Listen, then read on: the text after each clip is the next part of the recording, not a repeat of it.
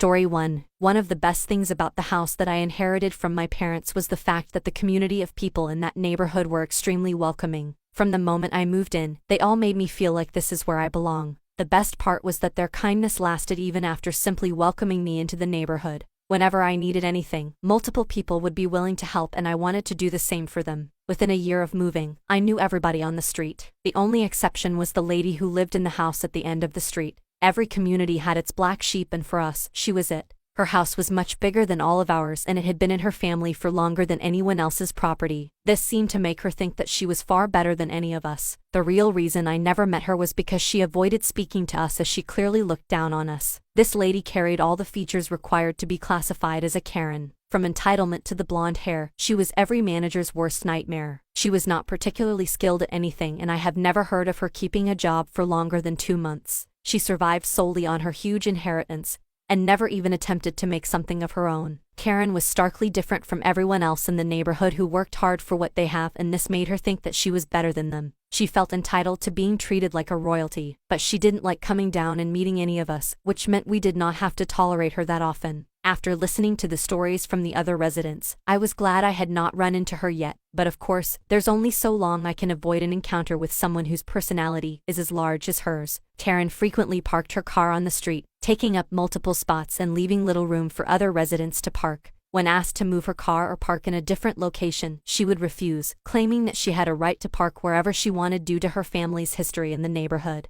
Even when the noise was within acceptable limits, she would call the police or file a complaint with the homeowners association, causing unnecessary stress and tension for the other residents. When a new family moved in next door to Karen, she immediately complained about their children playing outside and making too much noise. She even went as far as to call Child Protective Services, claiming that the children were being neglected by their parents. Karen claimed ownership over a section of the park that was meant to be a shared space for all residents. She put up signs and barriers preventing other residents from using the space, and threatening legal action if anyone tried to challenge her ownership. She despised the sound of children and would often chase away the kids who played on the swings. A lot of parents stopped letting their children play there because they felt it had become unsafe. To make matters even worse, Karen frequently demanded special treatment from local businesses, claiming that she was a long-time resident and deserved better treatment than other customers. She would berate employees and demand discounts, causing many businesses to refuse to serve her. And each time anyone refused to meet her outrageous demands, she would bombard them with horrible reviews. Due to the nature of my work, I didn't have to run into her for over a year after I shifted. I usually take my car in the morning, go to work and come back when the sun sets. My car is parked in my driveway, and I ensure that it never blocks the road. Except for the weekends, my presence is fairly unnoticeable. On a Sunday, I came home from running errands to find that my car was missing from the driveway. I was incredibly confused. There was no way I would have parked the car anywhere else, but just to be sure, I decided to look around. After searching around the neighborhood, the car was still missing. Just when I was beginning to panic, the girl who lives next door saw me and ran up to me. I discovered that my car had been towed to a nearby impound lot. She told me she saw the car getting towed, but when she asked them why, they ignored her. Confused and frustrated, I asked around to see if anyone knew what had happened. It didn't make any sense that they towed my car from my own driveway. It was not long before I found out that Karen had called a tow truck and had the car towed away. I was furious. I bought that car after working for years. She had no right to do anything at all to my car. I rushed down to her house immediately and banged on the front door hard enough to shake the entire house. Figuratively speaking, I was forced to wait quite a bit before she finally decided she could not bear with the incessant knocking anymore. She looked extremely annoyed when the door swung open. Her face made it clear that she was outraged about the fact that I dared to speak up to her. When confronted about the car, Karen claimed that the car was parked in a spot that was reserved for her and that she had every right to have it towed.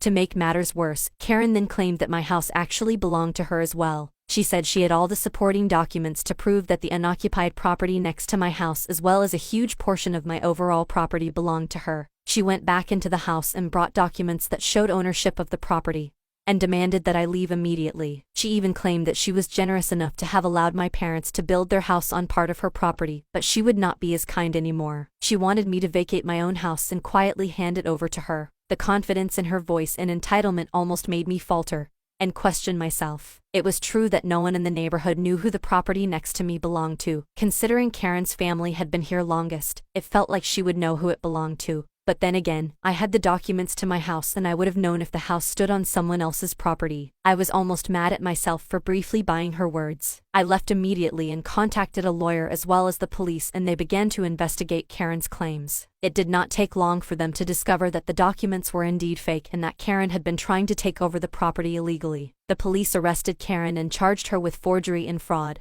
Throughout the legal proceedings, Karen continued to behave in an entitled and aggressive manner, insisting that she had a right to the property and that the other residents were all against her. However, the evidence against her was overwhelming and she was eventually found guilty. Her behavior was extremely counterproductive in the court and ended up angering the judge. In the end, Karen was sentenced to several years in prison. She was forced to pay damages to me for trespassing and falsely getting my car towed. To no one's surprise, I was able to keep my home and my car, and the other residents were relieved that Karen's entitled behavior had finally been put to rest. Getting my car back from the impound lot and explaining the guys who towed it that the car was actually in the right place was certainly a lengthy process.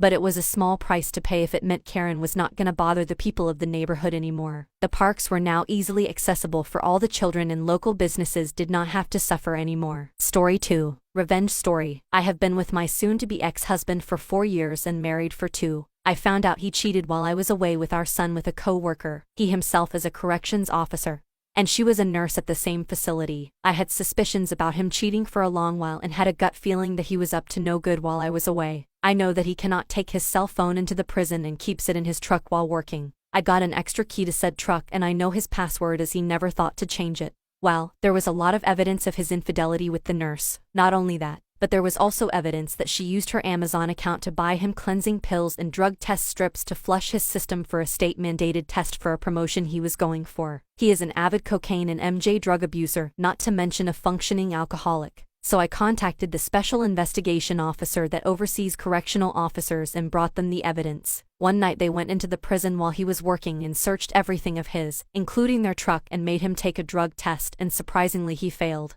He was then fired, and I then contacted the investigations unit of the promotion he was going for and gave them all the evidence and told them he was fired and why. He was disqualified from that promotion. I then contacted the Conduct Review Board for Nurses and gave them the evidence that the nurse had knowledge of his drug abuse and helped him flush his system before the state drug test. It is still under review, but she is also presumably in trouble with her job. He is now back at a county job that he hated for significantly less pay. We are also getting a divorce and I hope he is happy with the choices he made because I sure am interning him and his mistress in for their misconduct.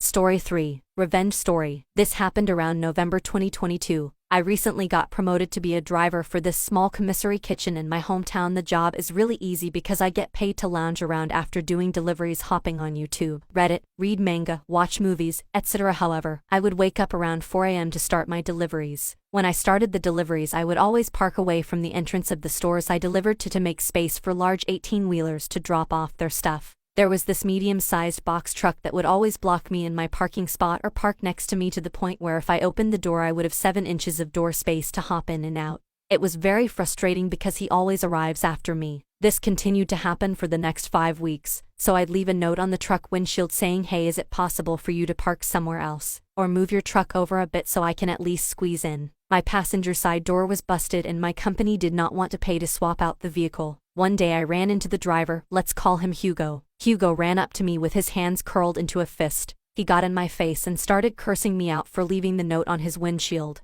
I told him that it is common courtesy to leave a note instead of being the giant butthole I could have been and gotten his truck ticketed or towed. He did not bat an eye and continued to harass me, calling me a bad driver and I should unalive myself. At this point I did not really care to talk to him, or else it would be adding fuel to the fire he had going. As I was leaving to drop off my deliveries to the store, Hugo hopped into his truck and said that he would have his friends come by and blast me if he ever saw me again. At this point my anxiety shot to the roof. Being threatened by this man over something as small as a note on his windshield made me question a lot of things. With fear in my voice I told him to bring it on. Bring your friends over and blast me in this parking lot. I'll see you tomorrow same time. The next day came and I got to the store a little later than usual. Hugo's truck was parked terribly and blocked in 3 cars. I then parked further away, and as I got out of the van, I ran over to take a picture of his license plate in his company truck. I dropped off my delivery and look who appeared. Hugo. I shouted to him, "Hey, where's your friends? I'm still here, ain't I?" Hugo ran his mouth and said, "You got lucky, punk." I was lucky. How was I lucky? Man be talking out of his butt.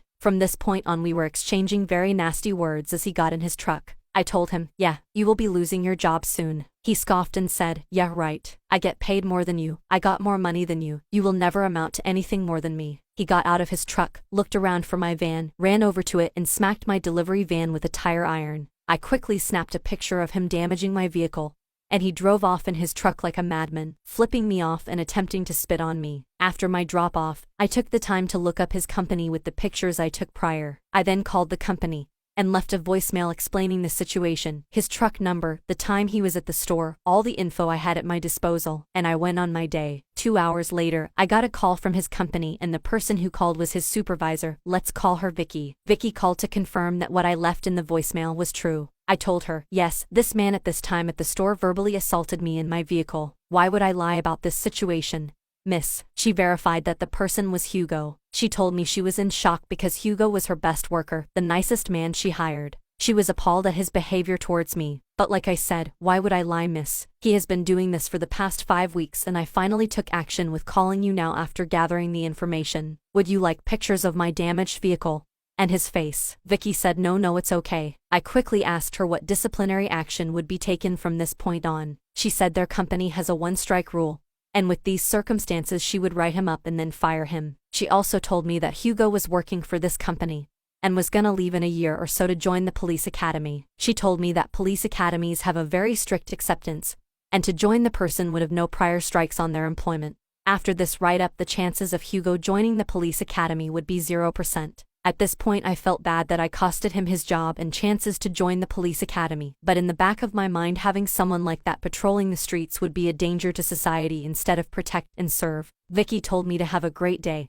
and I asked her to follow up with my boss with the damages to the vehicle and update me on Hugo's work status. Sadly, she never followed up after weeks. After this incident I kept going about my drop-offs, and I did see the same truck, but there was a different driver. This time the truck was parked away from other cars and there was a different driver now. I can assume now that Hugo got fired from the company, and I'm very happy. Hugo, if you're reading this, reevaluate your life choices, man. Don't be a police officer, you're a menace to society. Story 4. Move out of your house. My wife and I bought a house a couple of years ago. It's decent-sized yard and we even have a couple of chickens. This is Los Angeles. We got 3 boys, a 6-year-old twins and a 9-year-old. They are kids, they are loud, not screaming loud though, and they love playing in the yard and playing at the park literally across the street. My next door neighbor complains all the time about the noise level in the yard, and at the park they are this boomer retired couple with kids my age, which is mid-30 seconds. Actually, most of the neighborhood is like that because so few people, especially with kids, can afford a house in that area. So it's a bunch of retired boomer snitches with Ring and security cameras at their front porch. And no, nothing ever happens here. They designated my neighbor as the block cop.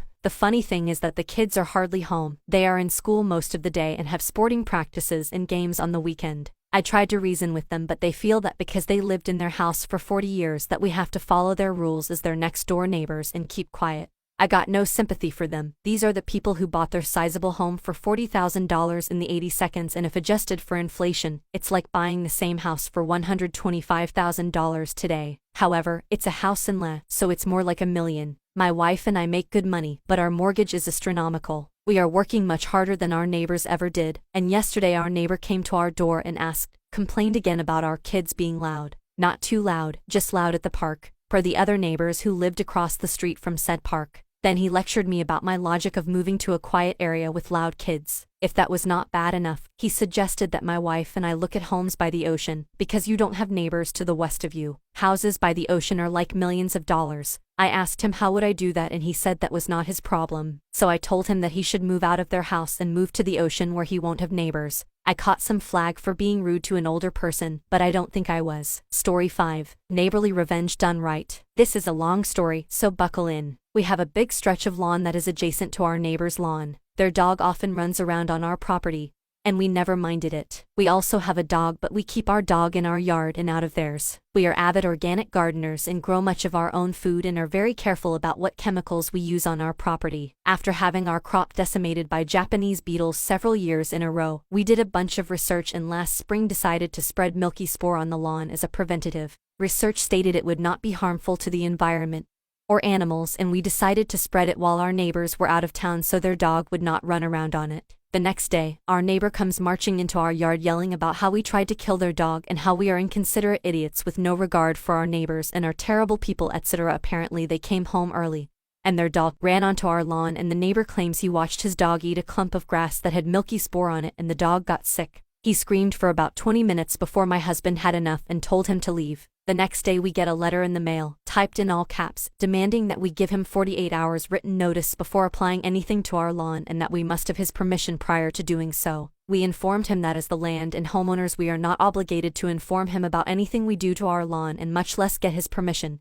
but that we would give him a heads up out of courtesy, and that he should make an effort to keep his dog on their side to avoid further issues. We did not hear from him for a while. And then early last fall I was out back planting a few trees on our property. He then came out and told me he did not like the trees. I told him, sorry to hear that, but it is my yard and I do like the trees, so they are staying. All winter, every time he let his dog outside, we would watch out the window, and as he directed his dog over to the trees I had planted so he could pee on them. By summer, both trees were half dead where his dog had been peeing on them, and he told me that he and his wife were going to purchase and plant different trees for us as a replacement, and that they would be a better variety. I told him no, and instead I dug the trees out and replanted them a few feet off the property line on our side in a spot where they are not visible to us but where he has to see them directly out his living room and kitchen windows, with the dead sides facing his property. The sides facing our property are now lush and healthy, and the sides facing his property, the sides he encouraged his dog to pee on, are still dead and brown. It tickles me absolutely pink every time I walk past the trees, and I have named them my spite trees. I have no regrets and I'm not sorry.